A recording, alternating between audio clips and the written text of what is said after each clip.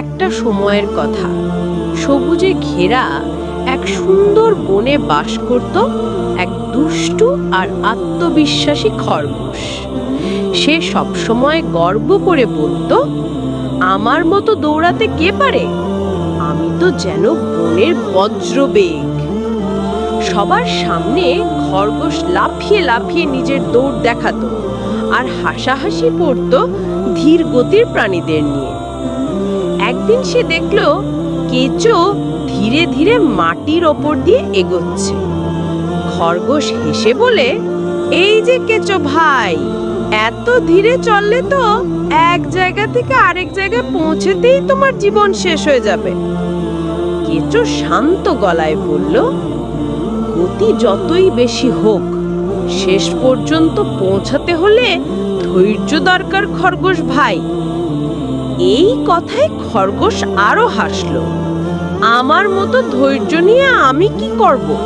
এসো দেখি তুমি আমাকে দৌড়ে হারাতে পারো কিনা।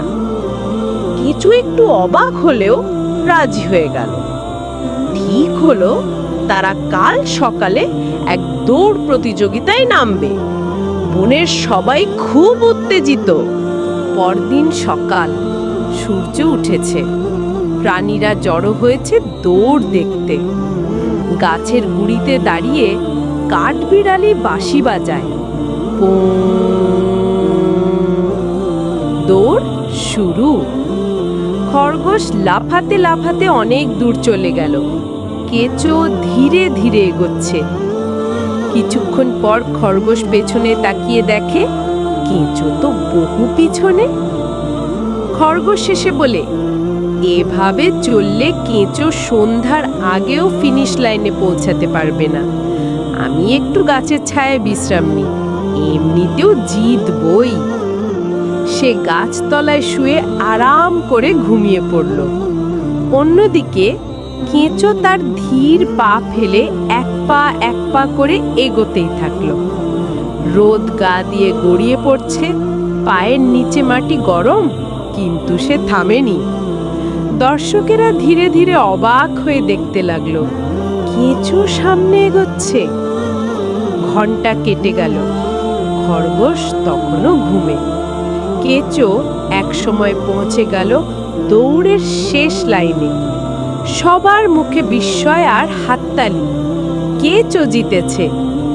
ঠিক তখন খরগোশ উঠে দেখে সব শেষ, সে হেরে গেছে। সে দৌড়ে আসে কেঁচোর কাছে। খরগোশ লজ্জা পেয়ে, তুমি জিতেছ কেঁচো ভাই, আমি তোমার ধৈর্য আর একাগ্রতার কাছে হেরে গেছি।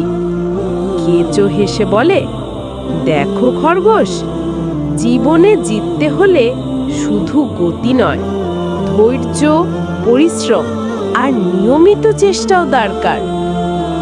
খরগোশ মাথা নেড়ে বলে, তোমার কাছ থেকে অনেক কিছু শিখলাম।